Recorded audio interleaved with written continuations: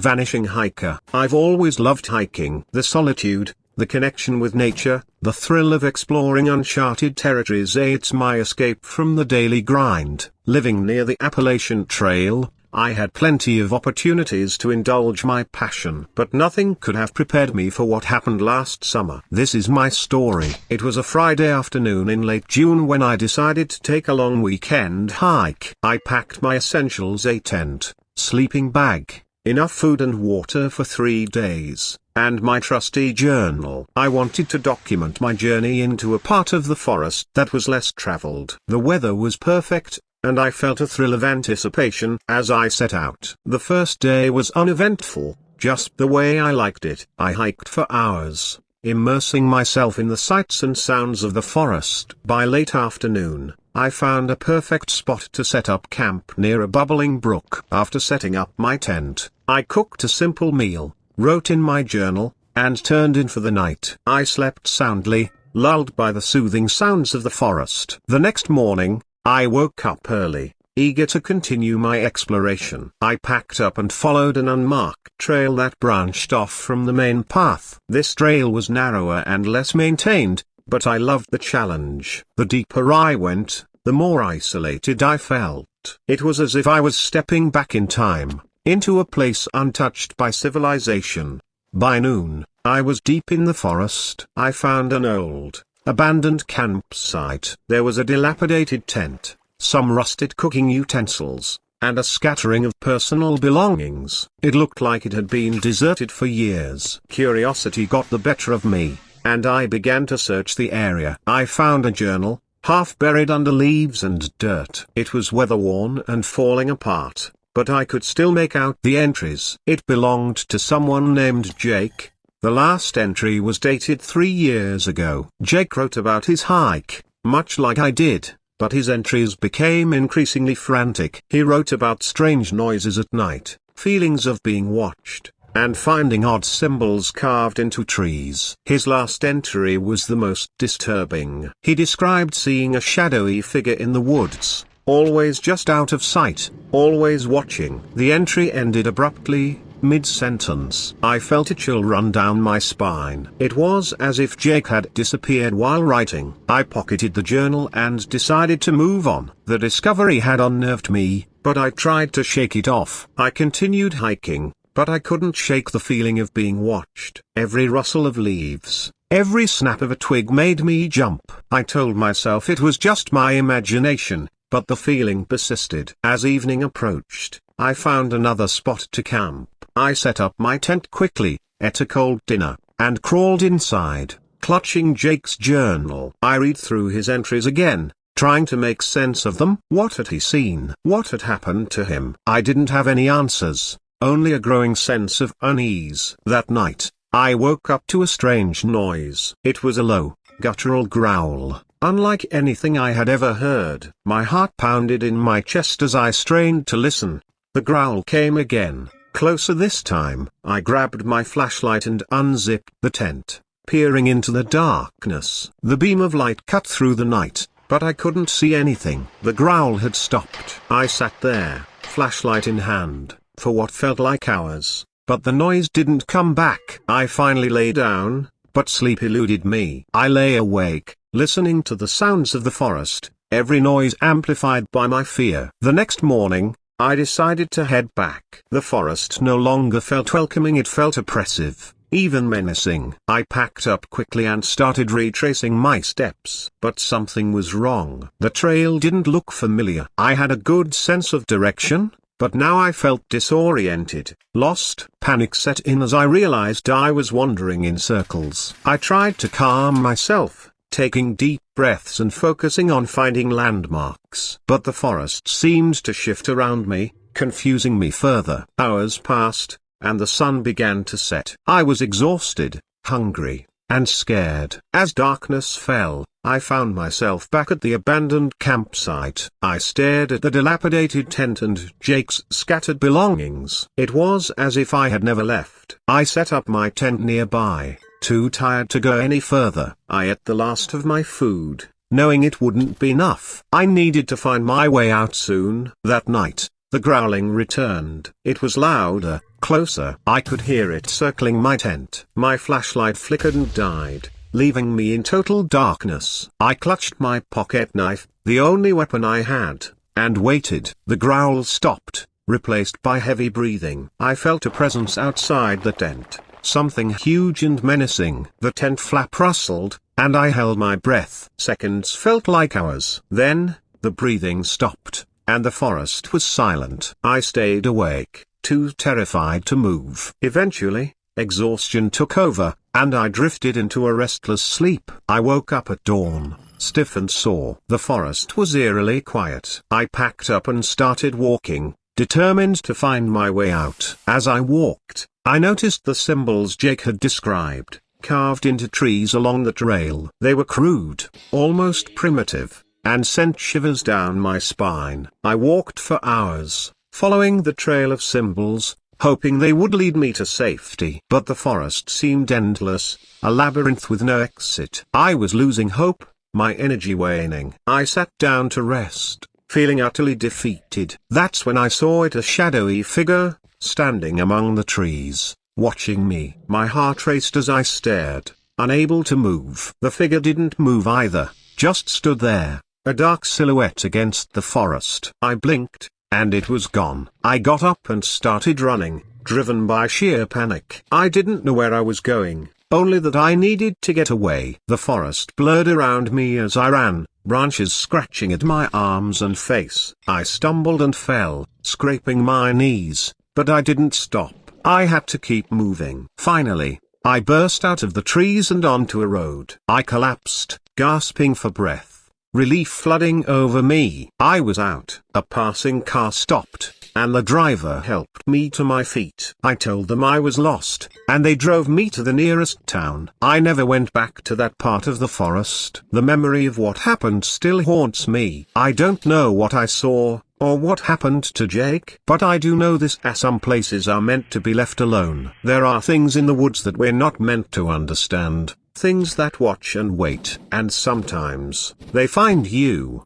The Phantom Asylum. Moving into the old apartment building in my new city was supposed to be a fresh start. The rent was affordable, the location was perfect, and I loved the historical charm of the place. What I didn't know was that it used to be part of an asylum, a detail the landlord conveniently omitted. The first night in my new home was uneventful, and I fell asleep quickly, exhausted from unpacking. But on the second night, I was woken by a distant, eerie whispering. At first, I thought it was my neighbors, but the whispering seemed to come from inside my apartment. I turned on the lights and searched every corner, but I was alone. The next few nights, the whispering continued, growing louder. It always started around midnight, and I could never quite make out the words. It sounded like a chorus of voices, pleading, crying, and sometimes, laughing maniacally. I began to lose sleep, and my once cozy apartment felt cold and oppressive. One night, I decided to record the sounds. I set up my phone to capture the whispering,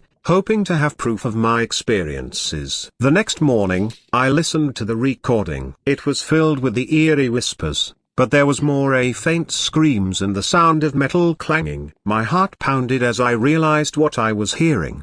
Determined to uncover the truth, I visited the local library to research the building's history.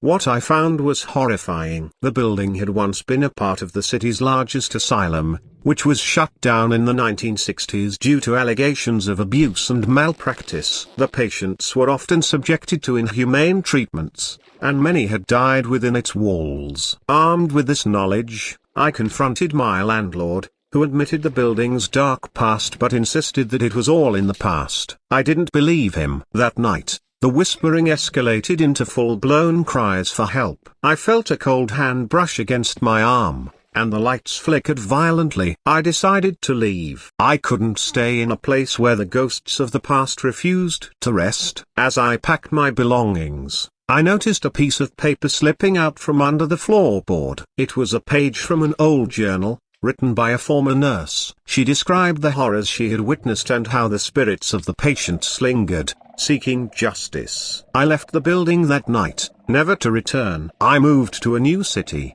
far away from the haunted apartment. Sometimes, I still hear the whispers in my dreams, and I wonder if those tortured souls will ever find peace. But I know one thing for sure, I'll never live in a place with a history like that again. The Cursed Doll. Growing up, I was never one to believe in the supernatural. Ghosts, curses, and haunted objects were things of fiction, not reality. That changed when I inherited my grandmother's doll collection after her passing. Among the dozens of porcelain dolls, one stood out, an old, worn doll with glassy blue eyes and a faded dress. My grandmother had always kept it locked in a glass cabinet, away from the others. After moving the collection into my home, strange things began to happen. I would hear soft footsteps in the middle of the night and find objects moved from their original places. The doll, which I placed on a shelf in my bedroom, seemed to change positions. At first, I thought it was my imagination, but soon, the occurrences became too frequent to ignore. One night, I woke up to the sound of soft giggling. My heart raced as I scanned the room, finding nothing out of the ordinary. But when I looked at the doll, its head was turned towards me, its glassy eyes seemingly staring into my soul. I tried to brush it off, telling myself it was just a trick of the light. Days turned into weeks, and the disturbances escalated. I would wake up with scratches on my arms, and the giggling grew louder and more sinister. I confided in my friend, who suggested that the doll might be cursed. Skeptical but desperate, I decided to research its origins. I found out that the doll had belonged to a little girl who died under mysterious circumstances. Some said she was pushed down the stairs by an unseen force. Others whispered about a dark entity attached to the doll. My grandmother had acquired it at an estate sale, unaware of its dark history. Determined to rid myself of the cursed object, I decided to burn the doll. I took it to the backyard, doused it in gasoline, and set it on fire. As the flames consumed it, I heard a blood-curdling scream. The doll's face seemed to contort in agony before it was reduced to ashes. For a while, the disturbances stopped. But one night, I woke up to the smell of smoke and the sound of footsteps. In the corner of my room, the doll stood, its eyes glowing with malevolence. The curse was not lifted, it had only grown stronger. I left my house that night, leaving everything behind. I moved to a new town, hoping to escape the curse. I never spoke of the doll again, but sometimes, in the dead of night, I hear the faint sound of giggling and wonder if it will ever truly let me go.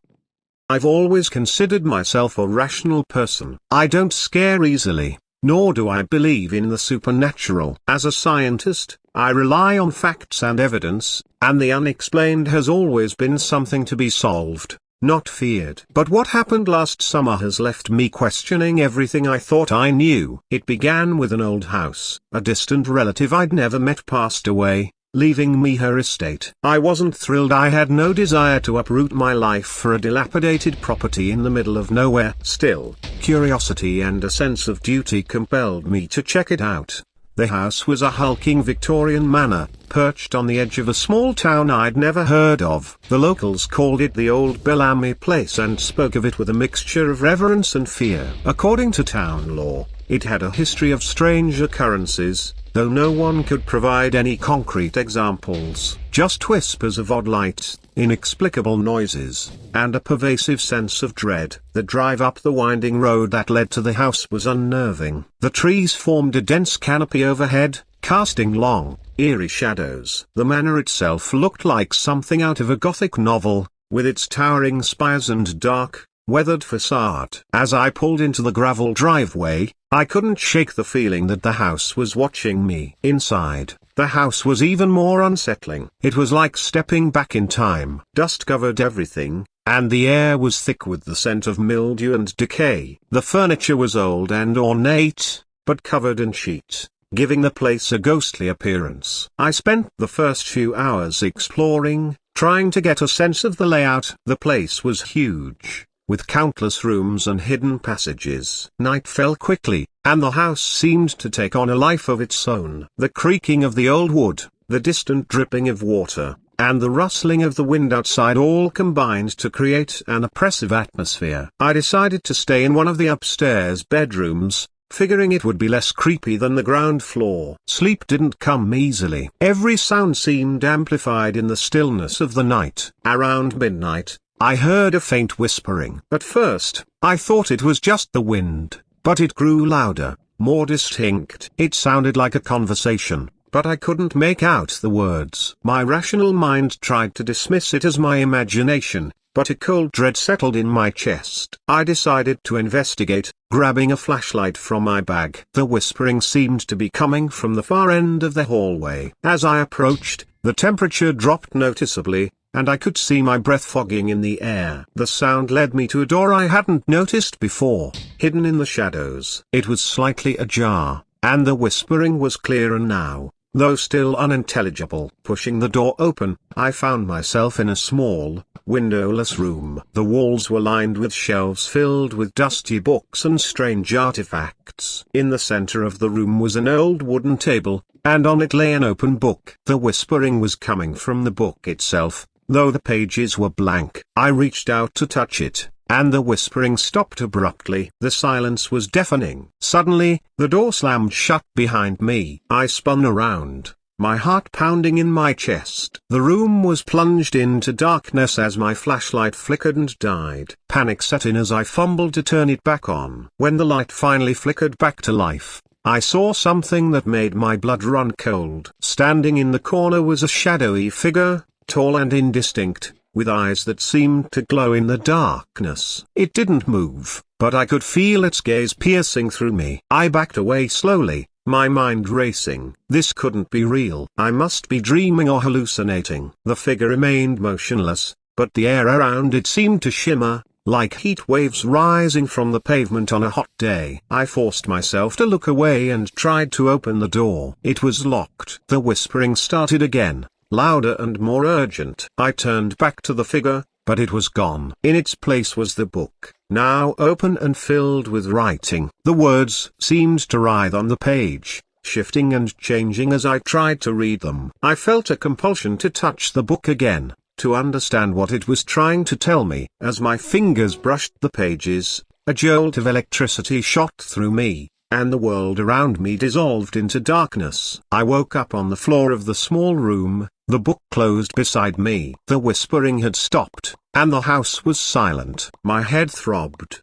and I felt disoriented. How long had I been out? I checked my watch. It was just past dawn. I decided I'd had enough. Whatever was going on in this house was beyond my understanding, and I had no desire to stick around and find out more. I gathered my things and left, locking the front door behind me. As I drove away, I felt a sense of relief, like a weight had been lifted from my shoulders. But the relief was short-lived. Over the next few days, strange things started happening. I'd catch glimpses of the shadowy figure out of the corner of my eye, always just for a moment before it disappeared. The whispering followed me, growing louder at night, making it impossible to sleep. Desperate for answers, I began researching the house and its history. I discovered that it had once belonged to a man named Elias Bellamy, an eccentric scholar who was rumored to dabble in the occult. He disappeared under mysterious circumstances over a century ago, and the house had changed hands many times since, each owner meeting with some misfortune or another. I reached out to a local historian, hoping to learn more. She was hesitant at first, but eventually agreed to meet with me. Over coffee, she told me about the legends surrounding Elias Bellamy. According to her, he had been obsessed with an ancient tome said to contain powerful secrets. Some believed he had succeeded in summoning something from beyond our world, something that had been trapped in the house ever since. Her words sent chills down my spine. Was that what I had encountered? Had I somehow awakened whatever Bellamy had summoned? The historian warned me to stay away from the house, to leave it be. But it was too late for that. Whatever I had unleashed was now following me, and I needed to find a way to stop it. I returned to the house, determined to confront whatever was haunting me. Armed with what little knowledge I had gathered, I searched the house for anything that might help. In the hidden room, I found more books and artifacts, but nothing that seemed useful. As night fell, the whispering started again. This time, it was different, more insistent. The air grew cold, and I could feel a presence closing in around me. The shadowy figure appeared, more solid than before, its eyes burning with an otherworldly light. I steeled myself and spoke to it, demanding to know what it wanted. To my surprise, it responded, though its voice was a distorted echo of the whispering. It spoke of Bellamy and the pact he had made, of the entity he had bound to the house. It told me that the only way to break the curse was to destroy the book that Bellamy had used. With trembling hands, I picked up the book from the table. The words writhed and twisted on the pages,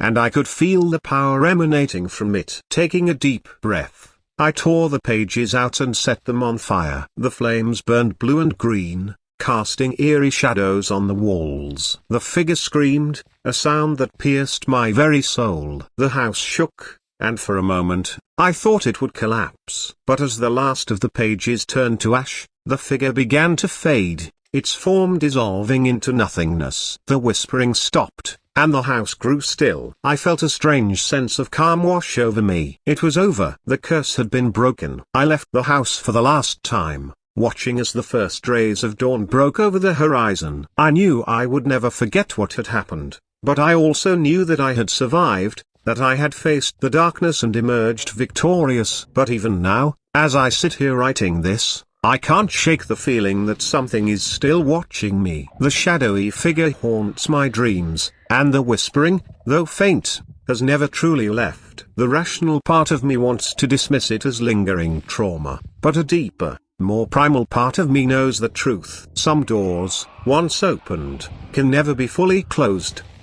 The abandoned lighthouse. The old lighthouse on the outskirts of town had always been a source of local legends. They said it was haunted by the spirits of sailors lost at sea, their souls trapped in the beacon that once guided them to safety. As an aspiring photographer, I was drawn to the eerie beauty of the place and decided to explore it for a photo series. I arrived at the lighthouse just before sunset, the golden hour casting a haunting glow on the weathered structure. Armed with my camera, I ventured inside, the air thick with the smell of salt and decay. The interior was dark and cold, the only light coming from the broken windows high above. As I climbed the spiral staircase, I felt a sense of unease. The wind howled through the cracks, creating a mournful wail that echoed through the halls. Reaching the top, I set up my camera and began taking pictures. The view was breathtaking, but something felt off. Through the lens, I saw shadows moving in the corners of the room,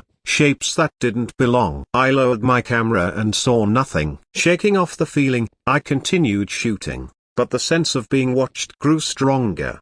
The shadows seemed to dance just out of sight, taunting me. As night fell, I decided to head back down. The staircase seemed longer than before, each step echoing ominously. Halfway down, my flashlight flickered and died, plunging me into darkness. I fumbled for my phone, using its weak light to guide me. That's when I heard it, a faint whispering, like a conversation just out of earshot. I froze, straining to hear the words. They were indistinct but filled with desperation and sorrow. My heart pounded as I continued my descent, the whispers growing louder. Reaching the bottom, I saw the entrance ahead, but the door was now closed. I was sure I had left it open. Panicking, I rushed to the door, but it wouldn't budge. The whispers turned into cries, the voices surrounding me. I screamed, pounding on the door, but there was no response. I was trapped. I don't remember how long I stood there, paralyzed by fear. The next thing I knew, I was outside, the first light of dawn breaking the horizon. The door was open, and I stumbled out, gasping for air. My camera was still inside, but I couldn't bring myself to go back for it. I never returned to the lighthouse. The locals told me I was lucky to have escaped, that the spirits didn't always let people go. I moved away, leaving the town and its haunted beacon behind. But sometimes, in my dreams, I hear the whispers and see the shadows, and I wonder if they're still waiting for me.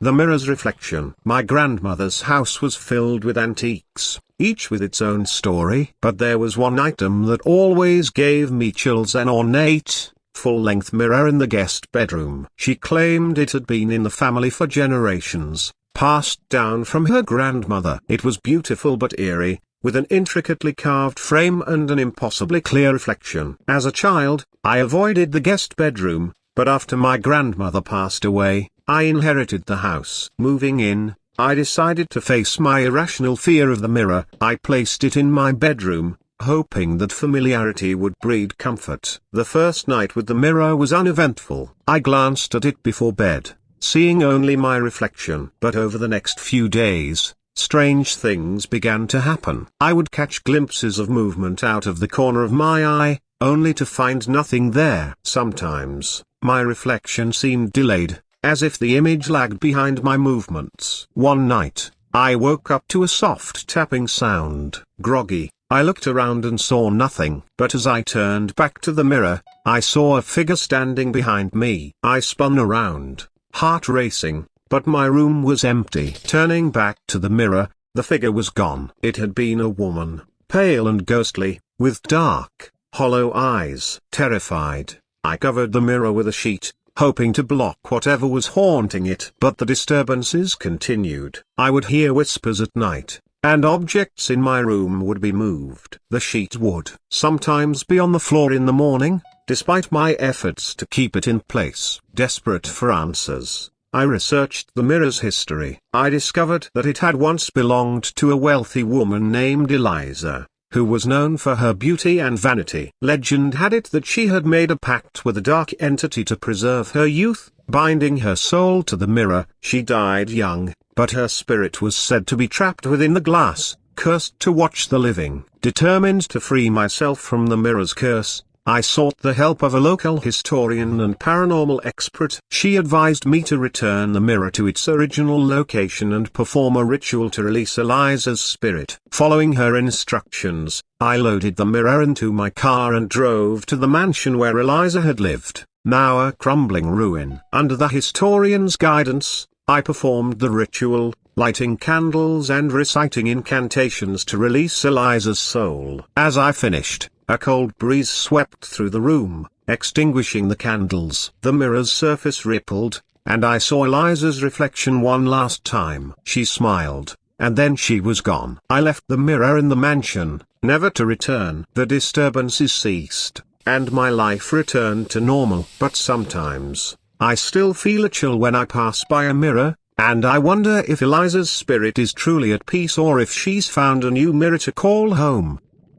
The Forgotten Bunker. Exploring abandoned places was a hobby of mine. There was something exhilarating about uncovering the past, walking through history frozen in time. When I heard about an old military bunker hidden deep in the woods, I knew I had to find it. The bunker was rumored to be from World War II, a relic of forgotten battles and secrets. I set out early one Saturday, equipped with a flashlight, camera, and enough supplies for the day. The hike was long and arduous, but I eventually found the entrance, half buried and overgrown with vines. With a sense of triumph, I pried open the rusty door and stepped inside. The air was stale and musty, the darkness almost palpable. I turned on my flashlight, the beam cutting through the gloom. The bunker was a labyrinth of narrow hallways and small rooms, filled with old equipment and decaying furniture. I snapped pictures, fascinated by the untouched remnants of a bygone era. As I ventured deeper, I noticed strange symbols painted on the walls, symbols that didn't look military. They were crude and ominous, spirals and crosses intertwined with figures that resembled people. A chill ran down my spine, but I pressed on, driven by curiosity. In one of the rooms, I found a journal, its pages yellowed and brittle. It belonged to a soldier named Private Anderson. His entries started out normal, describing the daily routines and duties. But soon, they took a dark turn. He wrote about strange noises at night, feelings of being watched, and the symbols appearing on the walls. His last entry was frantic, describing a shadowy figure that haunted the bunker. Suddenly, I heard a noise, a faint whispering echoing through the halls. My heart pounded as I strained to hear. It was indistinct but growing louder, closer. I turned off my flashlight, hoping to remain unseen. The darkness was suffocating, and the whispering surrounded me. I tried to find my way back, but the bunker seemed different.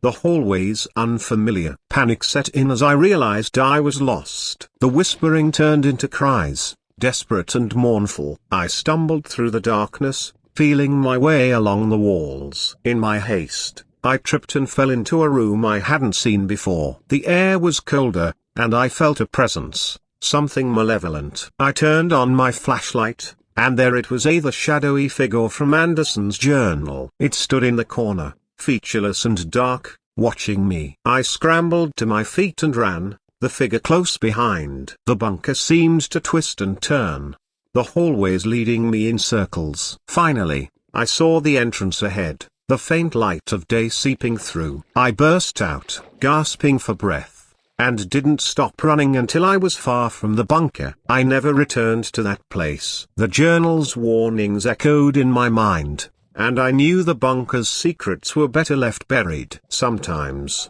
I still hear the whispers in my dreams, and I wonder if the spirits of the past are still trapped in that dark, forgotten place. The Silent Woods. The town of Ravenswood was known for its dense, ancient forest. The locals called it the Silent Woods because, no matter how deep you went, you could never hear a sound, and no birds, no rustling leaves, just an oppressive, unnatural silence. As a nature enthusiast and amateur filmmaker, I decided to document my journey through these eerie woods. I arrived in Ravenswood on a crisp autumn morning, the air filled with the scent of pine and earth. The townspeople were friendly but wary when I mentioned my plans. They warned me about the woods, telling tales of people who entered and never returned. I brushed off their superstitions, eager to start my adventure. I set out with my camera and enough supplies for a 2-day trek. The forest was beautiful but unsettling. The silence was immediate and absolute, my footsteps the only sound. As I ventured deeper, the trees grew taller and denser, their branches intertwining like a canopy of shadows. By afternoon, I found a clearing and set up camp. I filmed my surroundings, describing the eerie silence and the legends associated with the woods. Reviewing the footage, I noticed something strange: shadows moving in the background, shapes that didn't belong. That night, I woke up to the feeling of being watched. The silence was oppressive, pressing down on me like a weight. I scanned the darkness, my flashlight revealing nothing. But the feeling persisted, and I couldn't shake the sensation of eyes on me. The next day, I continued my trek, but the unease grew stronger. I saw movement in my peripheral vision, shadows darting between the trees. The silence was deafening, amplifying my fear. I tried to stay calm, but panic was setting in. By evening, I was hopelessly lost. The forest seemed to twist and turn, the paths leading me in circles. I set up camp again, trying to conserve my dwindling supplies. As night fell, the shadows closed in, surrounding my campsite. I woke up to whispers, soft and indistinct, like the wind through the trees. My heart pounded as I realized they were real. I turned on my flashlight, but it flickered and died, leaving me in darkness. The whispers grew louder, more insistent. Desperate, I grabbed my camera and turned it on, using the light from the screen to navigate. The footage showed shadows moving around me, figures that disappeared when I looked directly at them. I stumbled through the forest, the whispers following me. After what felt like hours, I saw a faint light ahead. I ran towards it, bursting out of the trees and into the town. The sun was rising, casting a warm glow on the familiar streets. I collapsed, exhausted and terrified. The townspeople found me and took me to the local inn. They listened to my story with grim faces, nodding as if they had heard it before. They told me I was lucky to be alive, that the Silent Woods had claimed many before me. I left Ravenswood the next day, my adventure turned nightmare. I never reviewed the footage, too afraid of what I might see. The memory of those whispers and shadows haunts me, and I know I'll never set foot in those woods again.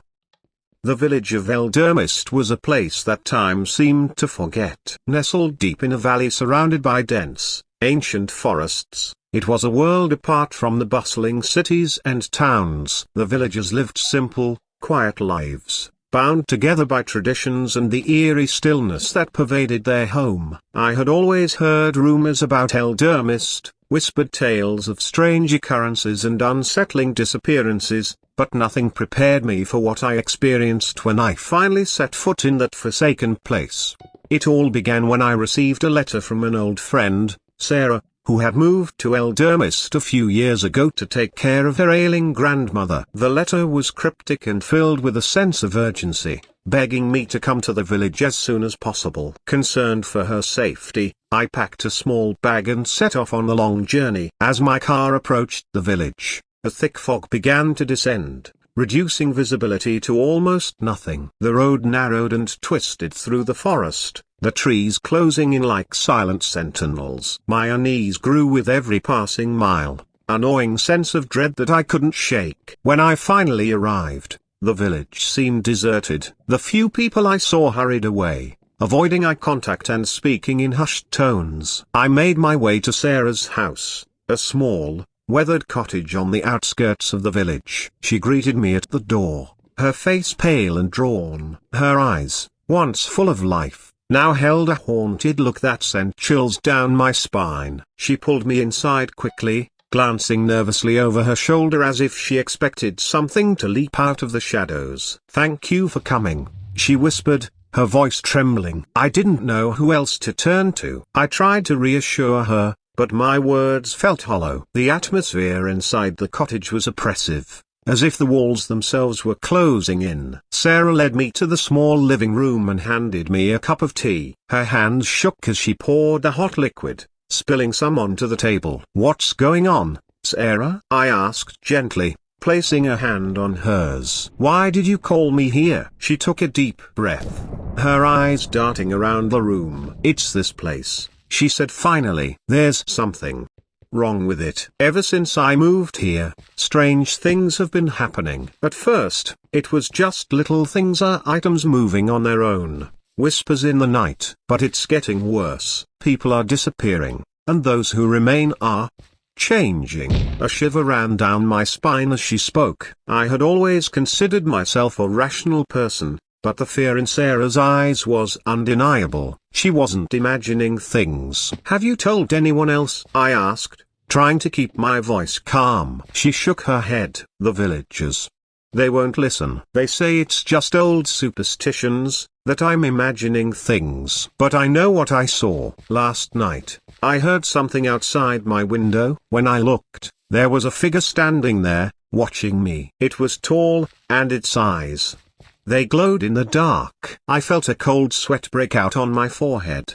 "Did you recognize it?" "No," she whispered. "But I think it's connected to the forest. People here avoid it, especially at night. They say it's cursed." Cursed forests, glowing eyes, and vanishing villagers. So it sounded like something out of a nightmare. Yet, the terror in Sarah's voice was real, and I knew I had to help her. That night, as I lay in the guest room, I found it impossible to sleep. Every creak of the old house, every rustle of the wind outside set my nerves on edge. Around midnight, I heard guitar soft whispering, like a chorus of voices just beyond the edge of hearing. I got out of bed and crept to the window, peering into the fog-shrouded darkness. For a moment, I saw nothing, but then a pair of glowing eyes stared back at me from the edge of the forest. My heart pounded in my chest as I stumbled back from the window, my mind racing. Sarah's fears were not unfounded. There was something out there,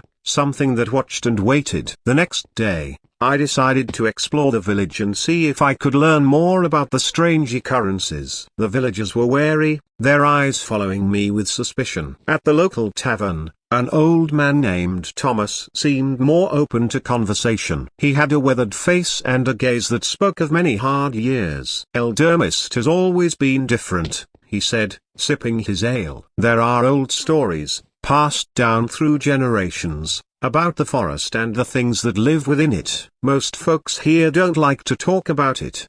They think ignoring it will make it go away." I leaned in closer, intrigued. "What kind of stories?" He glanced around, lowering his voice. "They say the forest is alive, that it has a will of its own. Long ago, this land was home to an ancient tribe. They practiced dark rituals, made sacrifices to the spirits of the forest. When settlers came, the tribe vanished, but their curses remained. People started disappearing, and strange creatures were seen lurking in the woods. Those who go too deep into the forest, they never come back the same, if they come back at all. As he spoke, I felt a chill settle over me. Have you seen anything yourself? Thomas nodded slowly. Years ago, when I was a young man, I ventured into the forest with a few friends. We were foolish, thought the stories were just tales to scare children. But we saw things, figures moving in the shadows, whispering voices calling our names. One of my friends disappeared that night. We searched for days but never found him. I never set foot in those woods again. His story only confirmed what Sarah had told me. The forest was the key to the mystery, and if we were to find answers, we had to face whatever lurked within its depths. That evening, Sarah and I prepared to venture into the forest. We packed supplies of flashlights, a map, and some food, hoping to find some clue that could explain the strange happenings. As we approached the edge of the woods, the air grew colder, and an unnatural silence enveloped us. With each step, the trees seemed to close in, their twisted branches forming a canopy that blocked out the light. The path was narrow and overgrown, as if it had not been used in years. We moved cautiously, our senses heightened, every snap of a twig or rustle of leaves setting our nerves on edge. After what felt like hours, we came upon a clearing. In the center stood an ancient stone altar, covered in moss and surrounded by strange symbols carved into the ground. The sight of it filled me with an inexplicable dread. This must be one of the places where the rituals were performed, Sarah whispered, her voice barely audible. As we examined the altar, a sudden chill ran through the air, and the whispering began again, louder this time. The voices seemed to come from all around us, speaking in a language I couldn't understand. We shone our flashlights into the darkness, but there was nothing to be seen. We need to leave, I said urgently, my instincts screaming that we were in danger. Just as we turned to go, a figure emerged from the shadows. It was tall and shrouded in darkness, its eyes glowing with an unnatural light. It moved toward us with an eerie, almost graceful gait. Panic surged through me as I grabbed Sarah's hand, pulling her along the path as we fled. The forest seemed to come alive around us, branches reaching out like claws, the whispering voices growing louder and more insistent. We stumbled and fell, but fear drove us onward. Eventually, we burst out of the trees and into the village, gasping for breath. Back in the safety of Sarah's cottage, we tried to make sense of what we had seen. The figure, the voices, the altar, and none of it made any logical sense. Yet the terror was real, and it was clear that whatever haunted Eldermist was deeply rooted in the forest. The next few days passed in a blur. The villagers remained tight-lipped, unwilling to discuss the forest or its secrets. Sarah and I pored over old books and records, hoping to find some clue that could help us. The more we learned, the more hopeless it seemed. The ancient tribe, the dark rituals, the disappearances all pointed to a malevolent force that had taken hold of the land. One night, as we sat by the fireplace, Sarah turned to me, her eyes filled with determination. We can't fight this alone. We need help. Who can we turn to? I asked, feeling a sense of despair. There is someone, she said hesitantly, an old woman named Agnes. She lives on the outskirts of the village. They say she knows about the old ways, the ancient magic. If anyone can help us, it's her. The next morning, we set out to find Agnes. Her cottage was even more secluded than Sarah's, hidden away at the edge of the forest. As we approached, I felt a strange sensation, as if we were being watched. Agnes was a frail, elderly woman with sharp, piercing eyes that seemed to see right through us. She invited us in, her manner both kind and unsettling. We need your help, Sarah explained, recounting everything we had experienced. Agnes listened in silence. The spectral roommate. When I moved into my new apartment, I was excited about the fresh start. The building was old but charming, and my roommate, Sarah, seemed nice enough. We got along well, and everything was perfect until the strange occurrences began. It started with small things. I would find my belongings moved or hear footsteps when I was alone. I brushed it off, thinking it was just the quirks of an old building. But one night, I woke up to the sound of crying. It was faint, coming from the living room. I got up to investigate, but found nothing. Sarah was fast asleep in her room. The crying continued for several nights, always around the same time. It was heart-wrenching, filled with sorrow. I asked Sarah about it, but she claimed she didn't hear anything. I began to doubt my sanity. One night, the crying was louder, almost desperate. I followed the sound to the living room, where I saw a figure sitting on the couch. It was a woman, her face buried in her hands, sobbing uncontrollably. My heart raced as I approached, but she vanished before I could reach her. Terrified, I told Sarah what I had seen. She looked at me with wide eyes and finally admitted that she had experienced similar things. She confessed that the previous tenant had died under mysterious circumstances and that the apartment had a reputation for being haunted. Determined to find answers, we researched the building's history. We discovered that the woman who had lived here before us, Emily, had committed suicide after a painful breakup. Her spirit was said to linger, unable to move on due to her unresolved grief. We decided to hold a copyright dance, hoping to communicate with Emily and help her find peace. We gathered candles and a board, feeling both foolish and desperate. As we began, the room grew cold, and the candles flickered. We asked Emily to show herself,